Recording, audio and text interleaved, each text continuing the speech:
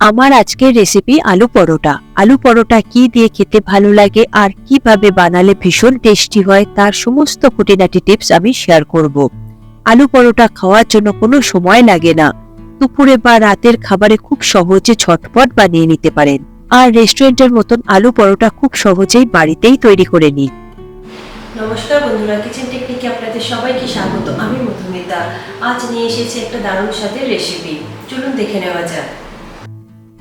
আলু পরোটা বানানোর জন্য আমি একটা মিক্সিং বোল নিয়েছি, তার মধ্যে আমি মেজারিং কাপের 2 কাপ পরিমাণে আটা নিয়ে নেব। আলু পরোটা সবসময় আটা দিয়ে করবেন, এতে করে টেস্ট বেশি ভালো আসে। দেব হাফ চা চামচ নুন। এরপর আটা নুনটা খুব ভালো করে একবার মিশিয়ে নেবেন। তারপর এখানে নর্মাল ওয়াটার দিয়ে এটাকে একটু ভালো করে মেখে নেবেন, তবে জলটা একসঙ্গে দেবেন না। এখানে 1 কাপের একটু বেশি পরিমাণে জল লাগবে, যেহেতু এটা একটু নরম করে মাখতে হবে, তবে জলের পরিমাণটা একটু কম বেশি লাগতে পারে আপনাদের ক্ষেত্রে। আটার ডোটা একটু নরম করে মাখলে এতে করে পরোটাটা বেলবার সময় তাহলে আর ফেটে যাবে না। যদি আটার ডোটা আপনারা একটু শক্ত করে মাখেন তাহলে পরোটা বেলবার সময় কিন্তু ফেটে যাবে আর আলুর পুরটা বেরিয়ে যাবে, তাতে আলুর পরোটা একদমই পারফেক্ট হবে না। দেখুন আটার ডোটা আমার মাখা হয়ে গিয়েছে, একটু নরম করেই আমি মেখেছি। এরপর একটা ভিজে কাপড় দিয়ে এটাকে আমি ঢেকে রেখে দেব। এরপর উপর থেকে আরো একটা কভার করে দেবেন ঢাকনা দিয়ে, এটাকে 25 থেকে 30 মিনিট মতো রেস্টে রেখে দেবেন। এতে করে আটাটা খুব সুন্দরভাবে সেট হয়ে যাবে আর সফট হবে। এরপর আলু পরোটার আলুর পুরটা আমি রেডি করে নেব। আমি এখানে 3-4টে আলু নিয়েছি, আলুটা আগে থেকে সিদ্ধ করে ঠান্ডা করে নিয়েছি। আলু পরোটার আলু সবসময় ঠান্ডা করেই নেবেন, গরম গরম আলু এর মধ্যে দেবেন না।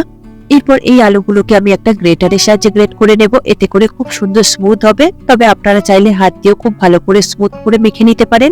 দেখুন আমি একটা গ্রেটার নিয়েছি, গ্রেটারের বড় দিকের যে ছিদ্রগুলো রয়েছে সেটা দিয়ে আমি গ্রেট করে নিচ্ছি।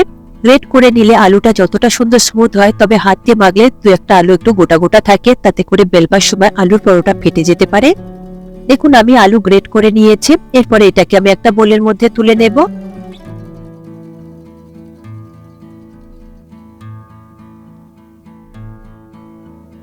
দেখুন আলুটা কত সুন্দরভাবে স্মুথ হয়েছে। এর মধ্যে বাকি উপকরণগুলো এবার আমি দিয়ে দেব। প্রথমে আমি দিয়ে দেব কাঁচা লঙ্কা। কাঁচা লঙ্কা আমি 4-5টা মতো নিয়েছি, খুব ছোট ছোট করে কুচিয়ে নিয়েছি, তবে ঝালটা নিজেদের টেস্ট অনুযায়ী দিয়ে দেবেন। আর নিয়েছি 1 ইঞ্চি আদা। আদাটাকে আমি খুব ভালো করে গ্রেট করে নিয়েছি, তবে আদা এখানে বাটা ব্যবহার করবেন না, গ্রেট করে কিংবা কুচিয়ে ব্যবহার করবেন। আর নিয়েছি 2টো মিডিয়াম সাইজের পেঁয়াজ। পেঁয়াজগুলোকে খুবই ছোট ছোট করে কুচিয়ে নিয়েছি। এখানে সমস্ত উপকরণই কুচিয়ে ব্যবহার করবেন, এতে করে খেতে বেশ ভালো লাগবে। এরপর নিয়েছি বেশ কিছু ধনেপাতা। ধনেপাতাটা আমি খুবই ছোট ছোট করে কুচিয়ে নিয়েছি। আর নিয়েছি 2 চা চামচ ধনে গুঁড়ো, তবে গোটা ধনে আমি হালকা করে একটু রোস্ট করে নিয়েছি, তারপরে এটাকে গুঁড়ো করে দিয়েছি। তবে বাজারের কেনা ধনে গুঁড়ো দেবেন না, এতে করে সুন্দর ফ্লেভার আসবে না। আর দিয়েছি 1 চা চামচ আমচুর পাউডার। আমচুর পাউডার অবশ্যই দেবেন, এতে করে খুব সুন্দর একটা টেস্ট আসে। সঙ্গে দিয়ে দেব স্বাদ অনুযায়ী নুন। নুনটা আপনারা টেস্ট অনুযায়ী দেবেন, যেহেতু আটার মধ্যে নুন দেওয়া রয়েছে। আর দিয়ে দেব 1 চা চামচ কাশ্মীরি লঙ্কার গুঁড়ো। এটা একটু কালারের জন্য দেওয়া, তবে অপশনাল, নাও দিতে পারেন। এই জায়গায় আপনারা লাল লঙ্কার গুঁড়োও দিতে পারেন। আর দিয়ে দেব 1 টেবিল চামচ ঘি। ঘিটা আপনারা এখানে অবশ্যই ব্যবহার করবেন। ঘিয়ের ফ্লেভার যদি আলুর পরোটাতে না থাকে তাহলে কিন্তু সেই পরোটা খেতে একদমই ভালো লাগে না। এরপরে আলুটাকে খুব ভালো করে মশলাগুলোর সাথে মিশিয়ে নিতে হবে। দেখুন আমি খুব ভালো করে মেখে নিয়েছি, এটাকে এবার আমি সাইড করে রাখবো। তারপরে আটাটাকে আমি দেখে নেব। দেখুন আটাটা আমি দেখে নিচ্ছি, কভারটা সরিয়ে দিলাম। এরপরে খুব ভালো করে আরো একবার মেখে নেব। দেখুন কত সুন্দরভাবে সফট হয়ে গিয়েছে। আলুর পরোটা আটা সবসময় এইরকমই সফট করে মাখবেন। দেখুন আটাটাকে খুব ভালো করে আমি একবার হাত দিয়ে চেপে চেপে মেখে নিয়েছি। এরপরে এর থেকে আমি লেচি কেটে নেব, তবে লেচিটা খুব বেশি বড় কিংবা খুব বেশি ছোট করবেন না, একটা মিডিয়াম সাইজ করে করবেন। আলু পরোটা একটু মোটা হয়। দেখুন সমস্ত লেচি কাটা হয়ে গিয়েছে, এগুলোকে এবার আমি খুব ভালো করে গোল করে নেব, একটু সেট করে নিতে হবে।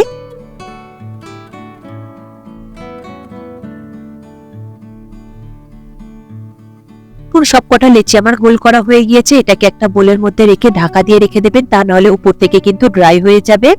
এরপরে দেখুন একটা লেচি আমি নিয়েছি, উপর থেকে অল্প করে একটু আটা দিয়ে দেব।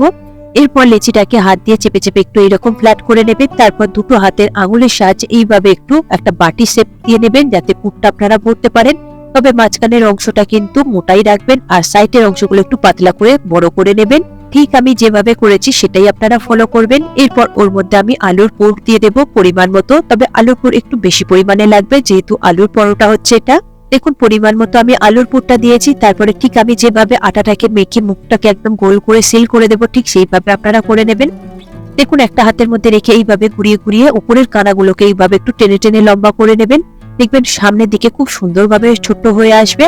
তখন ওই মুখটাকে এইভাবে ধরে ঘুরিয়ে এইভাবে সিল করে দেবেন আর এক্সট্রা আটাটাকে এইভাবে কেটে বাদ দিয়ে দেবেন।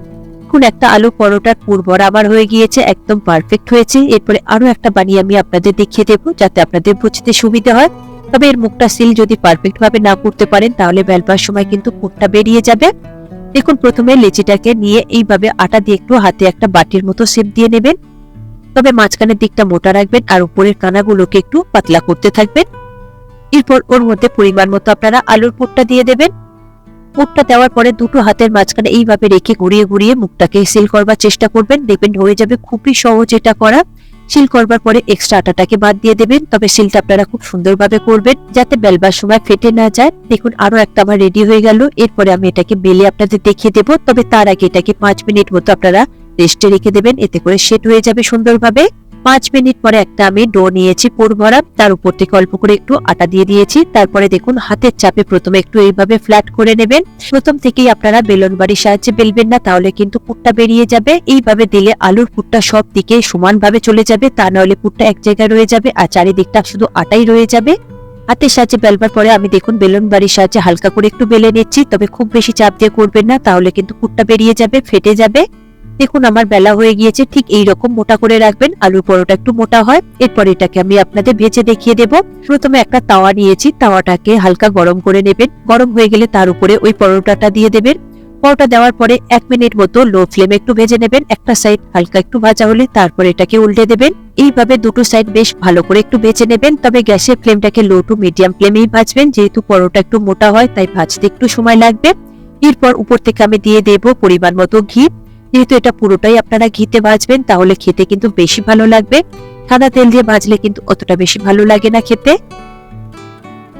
একটা সাইড আমি খুব ভালো করে ঘি লাগিয়ে দিয়েছি। এরপরে এটাকে আমি উল্টে দেব। উল্টে দেওয়ার পরে উল্টো সাইডটাতেও আমি বেশ ভালো করে ঘি লাগিয়ে দেব। আমি এখানে পুরোটাই ঘিতে ভেজেছি, আপনারা চাইলে অল্প করে একটু বাটার দিয়েও ভাজতে পারেন, তবে ঘিয়ের ফ্লেভারটা বেশি ভালো লাগে। আলুর পরোটা ভাজবার সময় খুন্তি বা স্প্যাচুলার সাহায্যে একটু চেপে চেপে ভাজবেন, তাহলে ভিতর থেকে আর কাঁচা থাকবে না, খুব সুন্দরভাবে তৈরি হবে। আর উপর থেকে যেন একটু লাল লাল হয় সেটা একটু দেখবেন। আলুর পরোটা উপর থেকে একটু লাল লাল হলে বেশি ভালো লাগে খেতে, তাহলে উপরটা ক্রিস্পি থাকবে আর ভিতরে থাকবে চটপটি মশলাদার আলুর পুর। দেখুন একটা পরোটা আমার রেডি হয়ে গিয়েছে, এটাকে আমি একটা প্লেটের মধ্যে রেখে দিয়েছি। আরো একটা ভেজে আপনাদের আমি দেখিয়ে দেবো। আলুর পরোটা আপনারা ওই একই পদ্ধতিতে বেলে নেবেন। হাত দিয়ে প্রথমে একটু বেলে নেবেন, তারপরে বেলন বাড়ির সাহায্যে হালকা করে একটু বেলে নেবেন। পরে ওই তাওয়ার মধ্যে আমি ওই পরোটাটা দিয়ে দেবো। গ্যাসের ফ্লেমটাকে লো টু মিডিয়ামে রেখে একটা সাইড বেশ ভালো করে ভেজে নেব। একটা সাইড ভাজা হয়ে গেলে আরো একটা সাইড ভালো করে ভেজে নেবেন। এইভাবে দুটো সাইড বেশ লাল লাল করে ভেজে নেবেন। আলুর পরোটা লাল লাল করে ভাজলে বেশি ভালো লাগে। এরপরে উপর থেকে পরিমাণ মতো আপনারা ঘি দিয়ে দেবেন, তবে দুটো সাইডে বেশ ভালো করে ঘি লাগাবেন। ঘি দেওয়ার পরে এটাকে খুব ভালো করে একটু চেপে চেপে ভেজে নেবেন। পুরো লাল লাল হলে, ক্রিস্পি হলে বেশ খেতে ভালো লাগে। দেখুন আরো একটা আলুর পরোটা আমার ভাজা হয়ে গেল। এরপর আলুর পরোটাগুলো আমি একটা প্লেটের মধ্যে পরিবেশন করে নেব। দেখুন কত সুন্দর হয়েছে, কতটা সফট হয়েছে আর কতটা সুন্দর দেখতে হয়েছে। উপর থেকে যেরকম লাল লাল হয়েছে, ক্রিস্পি হয়েছে। আর আলুর পরোটা সবসময় আপনারা রায়তার সাথে খাবেন, ভীষণ ভালো লাগে খেতে। আর এর সঙ্গে আমি একটা টমেটো চাটনি রেখেছি, তবে টমেটোর এটা ঝাল ঝাল চাটনি রয়েছে, দারুণ খেতে হয়। এরপর পরোটা আমি কেটে দেখিয়ে দেবো যে আলুর পুরটা পুরো সব দিকটাই সমানভাবে রয়েছে। আপনারা ওই হাত দিয়ে বেলে নিলে দেখবেন আলুর পুরটা সব জায়গায় চলে যায়, আর বেলন বাড়ি দিয়ে বেললে কিন্তু সব জায়গায় যেতে পারে না, মাঝখানটাই রয়ে যায়। দেখুন কাটবার পরে আলুর পুরটা দেখুন পুরো একদম কোনায় কোনায় চলে গিয়েছে, তবেই তো খেতে ভালো লাগবে আলুর পরোটা। আর দেখুন আলুর পুরটা একটু পরিমাণে বেশি দেওয়া হয়েছে বলে বেশ ভালো দেখতে লাগছে, খেতে তো অসম্ভব সুন্দর হয়েছে। প্রতিটা টিপস ফলো করে আপনারা এইভাবে তৈরি করবেন, দেখবেন একদম পারফেক্ট দোকানের মতো তৈরি হবে। তবে দোকান বা রেস্টুরেন্টের থেকে বেশি ভালো লাগবে বাড়িতে তৈরি করে খেলে, কারণ আমরা সবাই ফ্রেশ জিনিস দিয়েই তৈরি করি, তাই এটা খেতে অনেকটাই সুন্দর লাগে, এর স্বাদ অন্য রকমের হয়। রেডি হয়ে গেল আমার আজকের রেসিপি আলু পরোটা। এইভাবে প্রতিটা টিপস মেনে আপনারা আলু পরোটা তৈরি করুন, দেখবেন খুব সহজেই আপনারা বাড়িতে তৈরি করে নিতে পারবেন আর পরিবারের প্রত্যেকেই ভীষণ পছন্দ করবে।